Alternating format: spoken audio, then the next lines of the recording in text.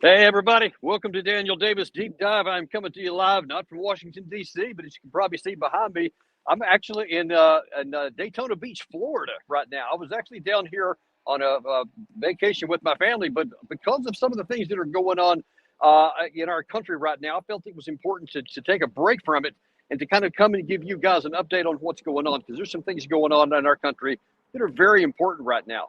And look, just so you understand where I'm entering this, I've born and bred in Texas, graduated college from Texas.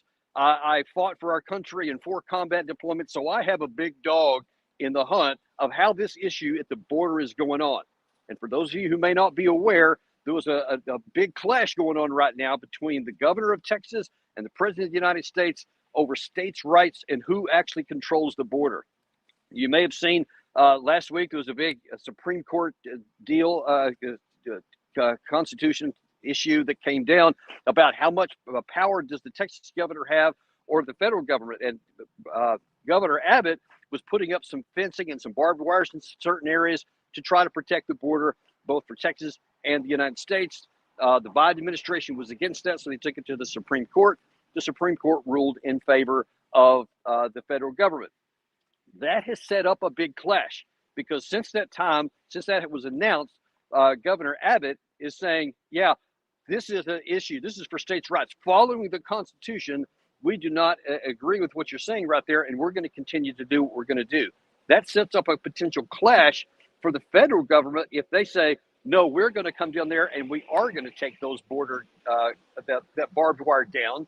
And it puts up the potential that you could have state National Guard troops and federal, either law enforcement or troops, actually going head to head. It's unbelievable we're even talking about this right now, but that's where we are. So we're going to do a deep dive to find out exactly what's going on and what should go on. Now, listen, there's lots of talk about civil war these days, and is this a prelude to it? Is this some of the first steps to it? And I'll tell you, we're not there right now, and we don't ever have to get there. And as a Texan and as an American, I'm telling you, that is the last thing in the world I ever want to see. So I want to do everything in our power to make sure we don't get there. So let's first of all take a look at what's going on. Now, here's what the governor of Texas is saying right now about where he stands on this whole issue. The authors of the Constitution knew there would be times when the federal government would not live up to its duty. Texas has a right as a state to stop criminals from coming into our state. Now, the Texas deputy governor, he says actually that, look, this is not an issue that should be an issue. We're supposed to all be on the same side. We're supposed to all the states that border the U.S. federal government are all supposed to want to keep our border secure. This is not supposed to be a fight. Here's how he put it. The biggest mistake the Biden administration could make would be confronting law enforcement or our military, our National Guard, at our border, at this park, when we're actually doing the job that the American people want. If Joe Biden will get out of our way, we'll do the job. We'll secure the border. We don't need them. Border Patrol works with us, the rank and file, every day. We work together like this. It's Joe Biden that wants to come in and split us apart. He wants this for what reason? We're doing the job at the state park. They have no reason to be there. They've got 1,200 miles to cover. They're trying to make this a fight. We're trying to protect our border. We're trying to protect American lives and Texas lives. That's what we're trying to do. Now, kind of feeding into this narrative that some people are worried about, are we headed to an actual potential civil war? The governor of Oklahoma, who was supporting his Texas compatriots there, was asked on television last night, what happens if a clash comes? Here's what he said. That's what it is. It's a showdown. It's a showdown of power and loyalties and constitutionality. Let's say he does that. How many people say, no, you know what, screw you, Biden administration, and how many people stay and fight with Texas versus the federal things, and does that put us on course for a force-on-force conflict? Right now, you've got the federal agents that are cutting the wire, and then you've got the Texas National Guard on orders to put up wire. I mean, this is a powder keg worth of tension. So it's a very weird situation. We certainly stand with Texas on their right to defend themselves. Now, there's a lot of, it's not just Oklahoma that's standing with Texas. In fact, I believe as of last night, there were 25 states that standing with Texas, and nearly every Republican governor signed a joint statement, which read in part, we stand in solidarity with our fellow Governor Greg Abbott and the state of Texas in utilizing every tool and strategy, including razor wire fences, to secure the border. Now, and it's not just the border states, too. I mean, we're talking as far inland as Idaho, where their governor is saying, hey, we have a dog in this hunt, too.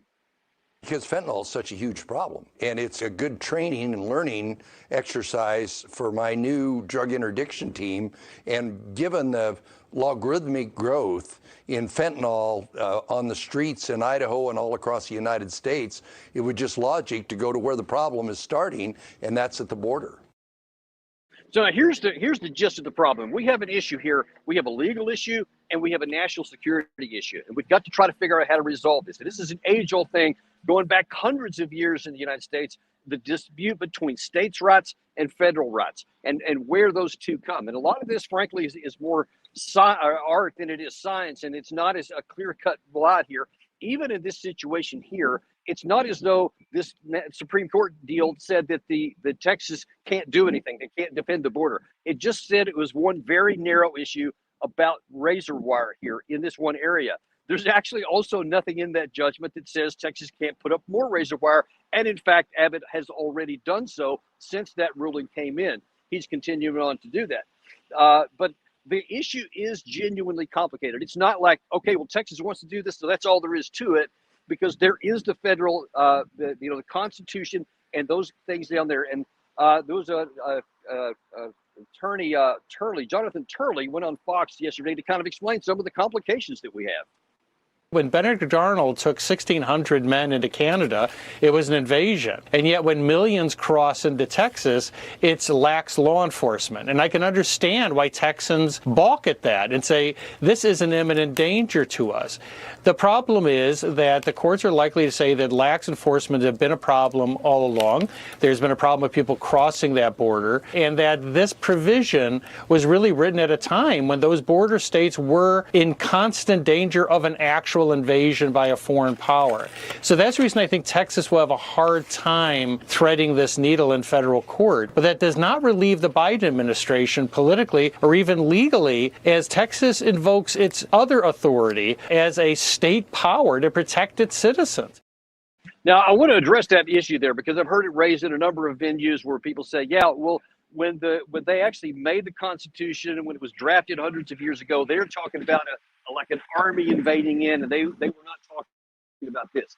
Okay, one important thing to understand about the Constitution and our country, it's a living document. It was never meant to be handcuffs that said that the conditions that existed in 1776 are the same ones that are going to continue in ad infinitum, and that we can never adjust our situation to the current environment that we have. We can, and there are provisions for that, and this is one of those, because it's a matter of interpretation.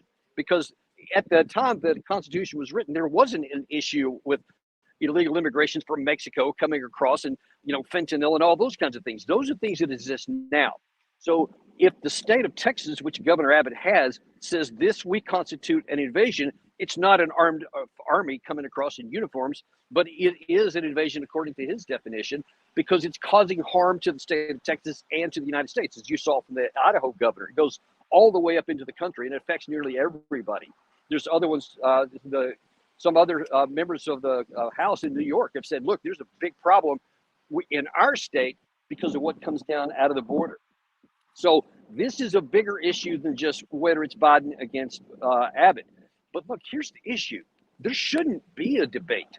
There shouldn't be a complaining about who's right or who's wrong here. The issue should be, let's get the border secure and safe. Let's work together. Let's figure out how we can use federal and state assets together in the various states and the federal government to get the border secure. Now, you can have all kinds of arguments all day long about what the immigration policy should be, about where they should go, and some of these other issues there. Those are all things that need to be resolved and have to be done at the federal level so everybody agrees on it. Getting the border secured, though, no matter what the policies are, no matter what you want to say the immigration reform should look like, it's got to be secured. So let's just get that done, first of all, off the table. And that's part of the problem here, is that this seems to be much more of a political issue, because now, whether anyone likes it or not, that's where we are. Because President Biden is in a position now to where if he, quote, gives in, he's going to be seen as weak, and then he's not going to get some of these other legislations passed. So he's looking to be standing firm to win politically. Texas, of course, is on the same situation. President Trump, who's trying to get reelected, of course, he's also weighing into this, and he also wants to win politically. And so he's kind of setting up a lot of the Republicans to not vote for any kind of immigration reform unless they get everything they're asking for, which puts Biden back in a problem. The net result is we still have this conflict on the border, and now then we've got this issue potentially coming to a head here in the next few days or in the next week or two. What happens if actually the federal government sends, whether it's troops or law enforcement, down to remove wire, and what if the Texas group and the National Guard don't let them? You literally put the situation for regular American people, just like you, just like me, that we may have to choose whether we're going to look at the flag, the U.S. flag on our shoulder, or the Texas flag on our other shoulder, and say, who are we going to listen to? Nobody should ever be put in that position. Let me categorically say that. Those politicians, Republican, Democrat, everybody else, federal and state level, should never put a regular American person, a regular Texan, or any other state member into the position where they have to choose and decide who they're going to listen to. That is a no-win situation, which should never happen. Let's make sure that it doesn't. But the net here is that we have to find a way to get this resolved, to get the border secured. Now, Doug McGregor, who we have on this show quite a lot, look, he's of course got his views. He doesn't think that the Biden administration is shooting straight. He doesn't think it's about actually securing the border. It's about the political things. But he does have some ideas of what he thinks should happen. Give me the money. President of the United States suggests that he doesn't have the funds to deal with the border, but we know that simply isn't true. First of all, vast sums of federal money are being poured into non-governmental organizations like Catholic Charities, helping to organize, provision, and forward groups of illegals into the United States. We're spending enormous quantities of money on people coming into the country and nothing to protect the country. It's simply a giant lie. I would be happy to see the $61 billion headed for Ukraine to go into immediate commitment of U.S. forces and security on the borders, all the borders, but particularly the southern border, as well as bringing the Coast Guard back from overseas to patrol our waters.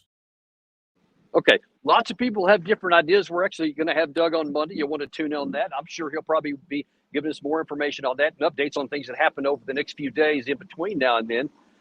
But lots of people have ideas on what can happen, but people have to be willing to work together at the federal and the state level so that people like us don't get caught in the middle, and America never has to come to the point to where we wonder, is this going to lead to a civil war? Because let me tell you something. The situation right now, though it's tense, it's not going to lead to a civil war. This is going to be resolved at some point, and somebody's going to be a winner, somebody's going to be a loser. But here's the problem. If it's not done right, if it's not done effectively to where everybody can say they get some kind of a win out of this and they get something that they want, unless that happens, you're laying the seeds so that the next time this happens, then you have a much higher chance for an actual confrontation. It's not unreasonable to suggest that somebody on either the federal or one of the state levels could be saying, we're going to set things up in the next time, and they're looking for an opportunity to actually have a clash, to say, I'm tired of the way this is working out, I'm tired of getting kicked around and lost. We're going to make an issue there. We must get this issue resolved amicably. Even if nobody's fully happy, that's okay, as long as the situation is resolved. But if somebody comes and says, no, I'm going to win and you're going to lose, folks, we are setting the stage to where in the future, the possibility of a clash of American on Americans is not a thing of a movie. It could actually happen here. Don't miss that.